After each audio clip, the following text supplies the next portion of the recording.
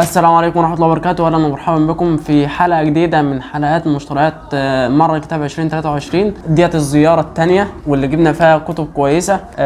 عايز في البداية بس أرحب بالناس الجدد اللي اشتركوا في القناة واللي عملوا سبسكرايب واللي أبهروني جدا بالتعليقات بتاعتهم وبالفيوز. يعني حاجة كانت مذهلة امبارح أول ما شفت التفاعل وشفت مدى الناس اللي عجبها المحتوى والناس اللي عجبها الحاجات الحلقة اللي احنا عملناها، والكومنتات بتاع الناس كانت جامدة جدا وعجبتني جدا. فشكرا لكل واحد ساب كومنت كويس، ساب تعليق كويس يشجع الواحد ان هو يكمل في الطريق بتاعه. والحقيقة اول يوم احس ان تعبي كده طلع بفايدة، واول مرة انام وانا مرتاح واحس ان انا عملت حاجة وعملت انجاز في الحياة. حبيت اشارك الحاجة ديت لان فعلا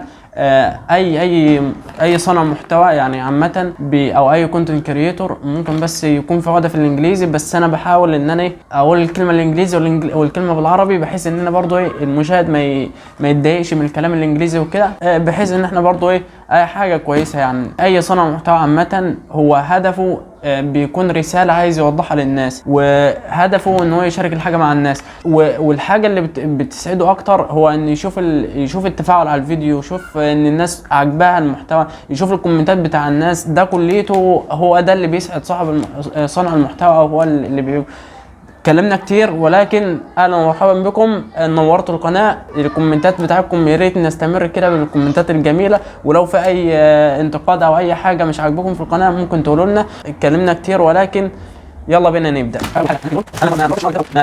المره دي ما نفتش كتير في معرض الكتاب، لان المكان هناك انا كنت رحت اخر يوم، كنت متخيل ان اسعارها هتكون كويسه او اسعار رخيصه زي ما كانوا بيدعوا، ولكن في الاخر لقيت ان الاسعار مش كويسه. هي زي ما هي الدور هي، ولكن هم الثلاث دور او الاربع دور اللي بيبيعوا باسعار رخيصه هم زي ما هم.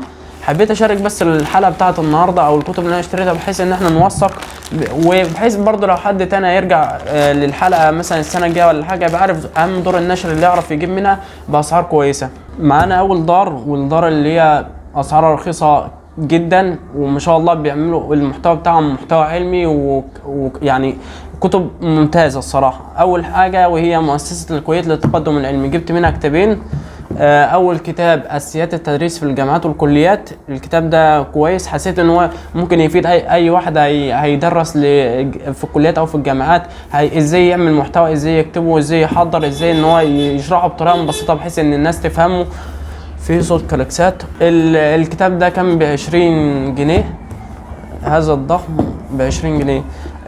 تاني كتاب معانا وهو آلام أسفل الظهر. بما إن أنا مع التمريض وكده، فحسيت إن لازم أجيب حاجة علمية أو حاجة طبية، فالكتاب ده برضو كويس، جبته ب30 جنيه. نتكلم بصفة طبية يعني، بس مشكلته إن هو عربي، ولكن الاتنين دولت كانوا ب50 جنيه. الاتنين دول ب50 جنيه.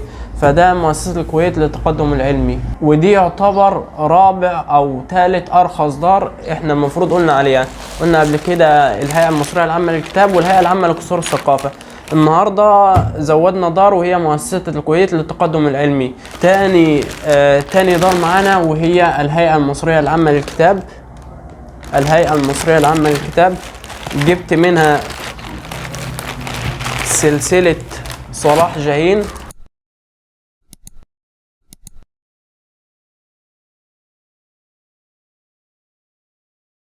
رحت معظم الدور اللي انا بروحها عامه، او رحتها معظم او اغلب الوقت. جبت السلسله الكامله او اعمال الكامله لصلاح جاهين. فهم هم 7 كتب. ال7 كتب عاملين 200 جنيه السلسله كلها على بعضيها بتاع صلاح جاهين. صلاح جاهين هو ممثل معرض الكتاب 2023. فمش معقوله يعني الواجهه بتاع المعرض ما نقرالوش يعني. والصراحه فتحت كتاب منهم اللي خلاني فككتها كلها كده. فتحت كتاب منهم ولقيتها ممتازه كالعاده يعني. اوكي. الشنطه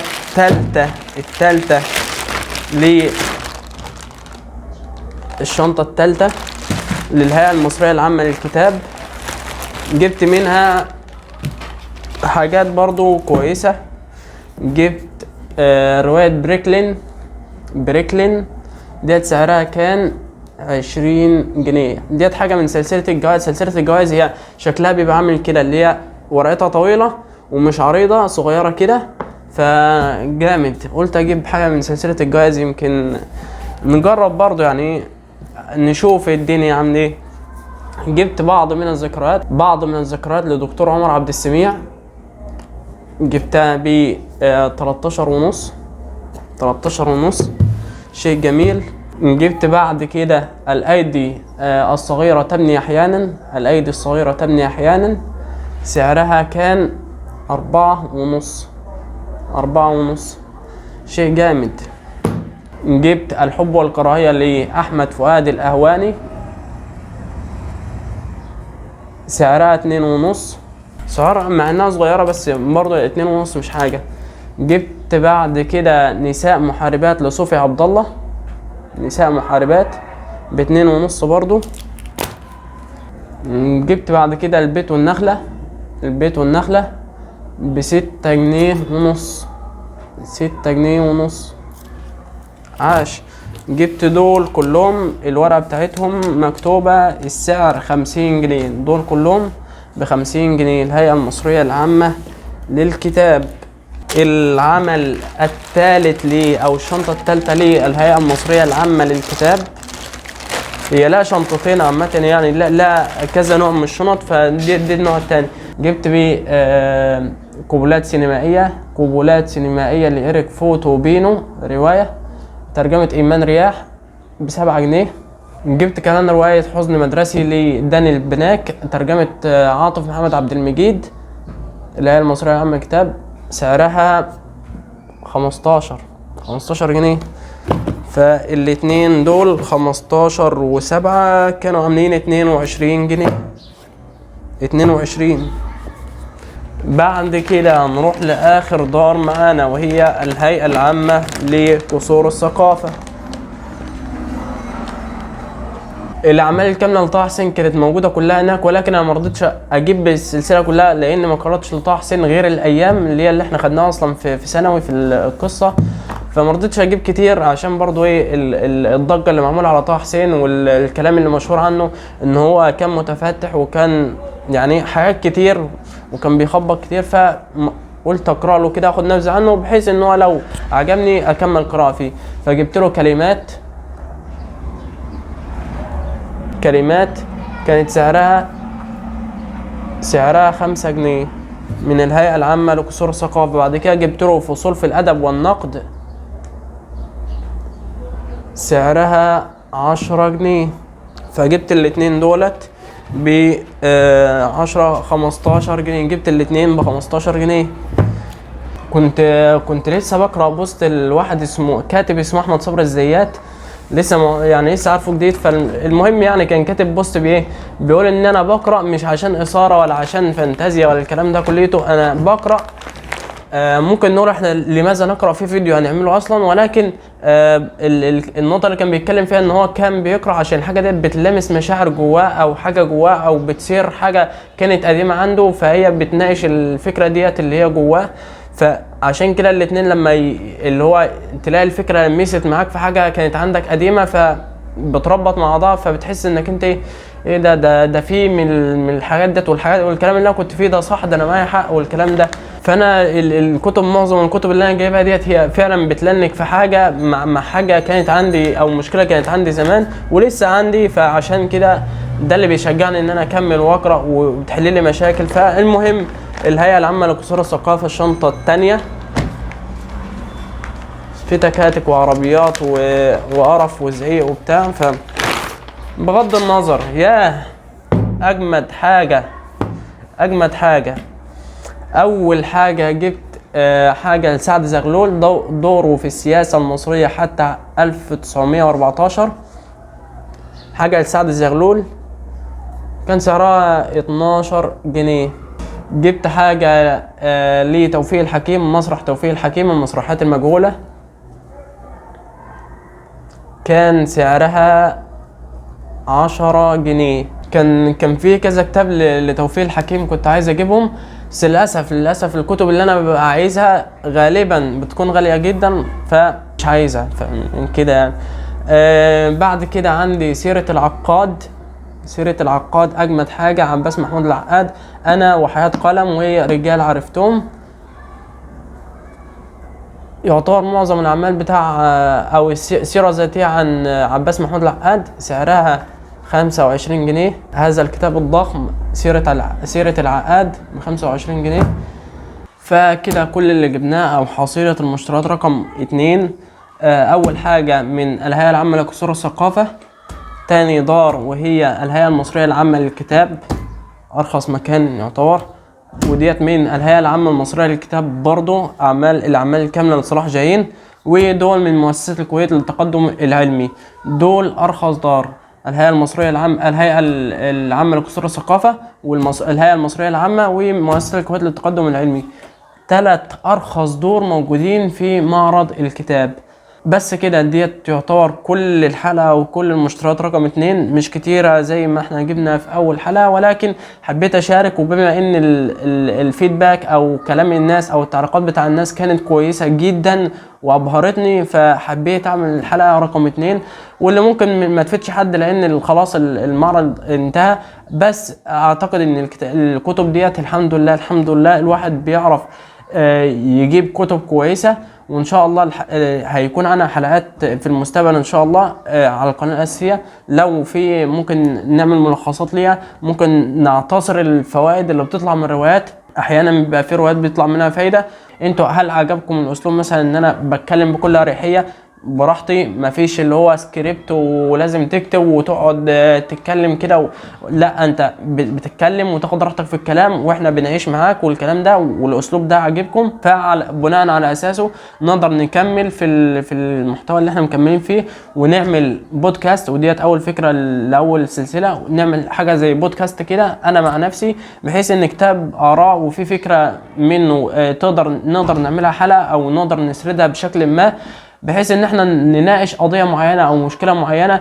وديت هتهم الناس الكبيره في السن شويه، هتناقش الاباء والامهات والناس الجيل الكبير ده. فممكن نناقش الافكار ديت بحيث ان احنا نشكل العقليه بتاع الناس الكبيره، ونقدر نساعد انهم يبنوا او ينشئوا جيل كويس، جيل مش هش نفسيا، جيل يقدر يتحمل المشاكل، جيل بيتعاطف مع بعضه ويترحم فيه مع بعضه، يرحم بعضه، ما يكونش عايز اللي هو كل حاجه ممكن تكون على مثلا قفا الناس التانية او كده. يعني نناقش الاباء والامهات والجيل الكبير، وبرضه هيكون الحاجات ديت هتفيد الشباب وهتفيد هتوعيه بحاجات كتير، بحيث ان هو لما يوصل لمرحله ان هو يبقى اب او ان هو يشيل مسؤوليه يقدر يتعامل مع اطفاله، وازاي ينشئ جيل كويس، وازاي هو يتعامل مع الامور، وهتوسع مداركه بشكل كبير. نعمل بودكاست ونتكلم فيه براحتنا كده، نناقش فيه قضيه معينه. ديت اول فكره. تاني سلسله ان شاء الله هتتعمل على القناه الاساسيه، وهي سلسله ترشيحات الكتب اللي انا هقراها والاقيها كويسه، او الروايات اللي انا هقراها والاقيها كويسه هنرشحها في فيديوهات قادمه ان شاء الله. واللي اعتقد ان معظم الكتب دي كلها هتكون في السلسله، لاننا احنا بنحاول نستفيد من الكتب باكبر قدر ممكن، حتى لو كانت روايه نطلع منها بفايده. ليه لا؟ ليه ما نطلعش من الروايه بفايده طالما قرانا وقعدنا وقت؟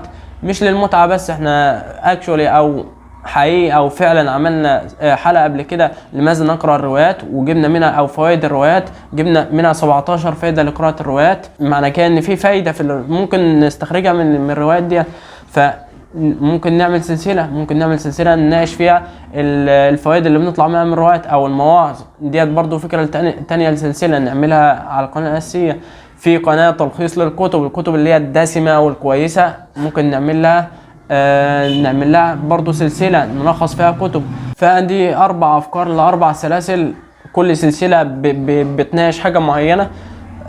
شوفوا اي سلسله ممكن تعجبكم، او ايه المحتوى اللي انتم منتظرينه. القناه ديت هتكون هتكلم بكل اريحيه، هتكلم من كل الكلام اللي يطلع من قلبي هيطلع على طول، من غير ما في مونتاج جامد قوي اللي هو هقعد اقصقص في كل الحتت اللي انا حتى باخد فيها نفسي والكلام ده كليته. نتكلم بكل اريحيه، نتناقش مع بعضينا، نريلاكس مع بعضينا، او نستجم كده. ونقعد نناقش الفكره المعينه ديت ونحطها في دماغنا، ونشوف هل دماغنا هي فعلا الكلام ده كويس او الكلام ده صح ولا لا، وهل ده لو طبقته فعلا هيأثر فيها بشكل كبير. ده كلها ممكن نعملها، وممكن المحتوى بتاعنا يكون زي ما احنا قلنا كده عباره عن بودكاست بنناقش قضيه معينه او فكره معينه في كتاب هي كويسه ولازم نناقشها وبتشكل المشكله في مجتمعنا، فنقدر نحلها مع بعضنا. وبالنسبه لنقطه الانجليزي احاول اعدلها، انا بحط انجليزي في الكلام لاني عايز احسن الانجليزي عندي، ولكن ده مش منظور، مش معنى كده ان انا اطلع بعيد عن الهويه بتاعتي اللي هي الهويه العربيه او اللغه العربيه. لا، انا بقدر جدا اللغه العربيه ومعتز بها جدا، ولكن مؤمن يعني الثقافه او العلم اللي احنا بنجيبه كله من بره، معظمه من بره. يعني كل العلم اللي احنا بنيجي ناخده من بره، يعني للاسف انا بحاول اتعلم انجليزي، ولكن برضو مش هتبقى مشكله. حتى لو انت كبير في السن مش هتكون مشكله.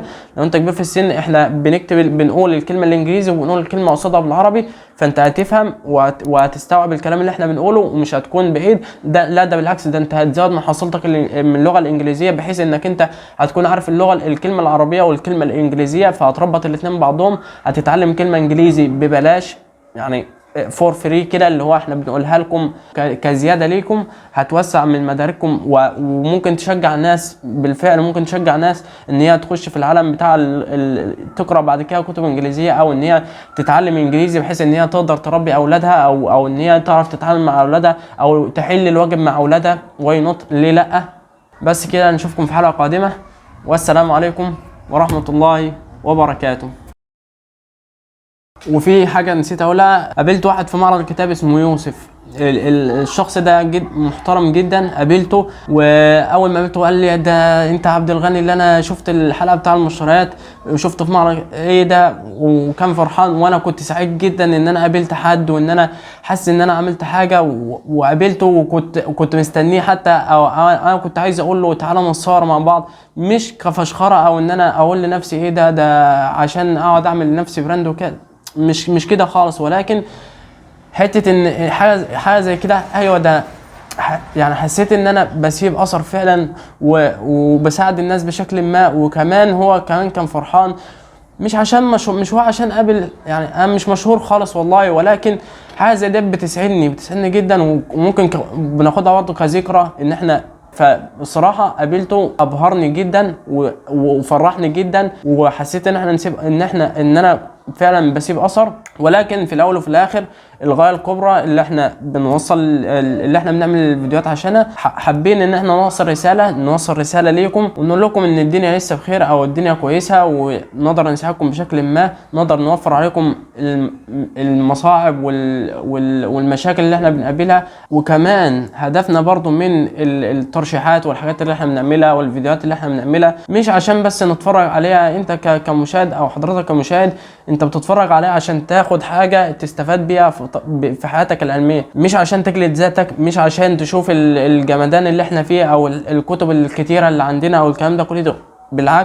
بالعكس احنا بنقول لك اول ما تبدا القراءه ما تجيبش كتب كتير، هات لك كتابين استفيد منهم، اقرا منهم صفحتين بس، ابني عاده القراءه. بعدين لما تتوسع وتلاقي ايوه انت عندك شغف وبقيت تدوس في القراءه، اقرا براحتك، ما تجلدش ذاتك خالص، ما تشوفش الكتب الكتير اللي عندنا وتحس ان احنا مثقفين. احنا مش مثقفين خالص، لا احنا بنحاول نساعد بعضنا. وبرضه الهدف من القراءه في الاول وفي الاخر مش القراءه لذاتها زي ما محمد علي بيقول، ولكن الهدف من القراءه ان احنا نستفيد وناخد معلومه، يا اما بقى بتحل لنا مشكله، يا اما بتعلمنا مهاره، يا اما بتثقفنا، يا اما بتلمس مشاعر عندنا، بنحس ان احنا بنلاقي نفسنا في الكتب. وديت حاجات كويسه جدا، وهنعمل فيديوهات عنها لماذا نقرا، وايه فوائد الكتب، وايه اضرارها، وازاي نبدا القراءه، وازاي نكتسب عاده القراءه. كل ديت افكار فيديوهات جايه في المستقبل ان شاء الله. بس كده رغيت كتير، ولكن اعتقد ان انتوا هتفرحوا جدا وانا هكون سعيد جدا. بس كده، نشوفكم في حلقه قادمه. بعد ما قفلت الحلقه وخلاص بمنتج فيها، نسيت اقول لكم قراءه ماتعه عليكم، وان شاء الله يكون معرض كتاب سعيد عليكم، كل معرض كتاب ان شاء الله، وتكونوا في احسن حال. وان شاء الله اشوفكم المعرض الجاي، بما اني ما شفتش حد، ان شاء الله نتقابل كده وان شاء الله ونتصور مع بعض ونعمل شويه حاجات لطيفه مع بعض ان شاء الله. اشوفكم السنه الجايه ان شاء الله في المعرض الجاي ان شاء الله. تكون قراءة سعيدة لكم، وكل الكتب مبروك عليكم. بس كده حبيت اقول الكلمتين دولت. بما اننا بقينا خلاص عيلة مع بعضينا، وبقينا اصحاب او بقينا اخوات في الله يعني، فحبيت اقول الكلمتين دول بس كده. سلام.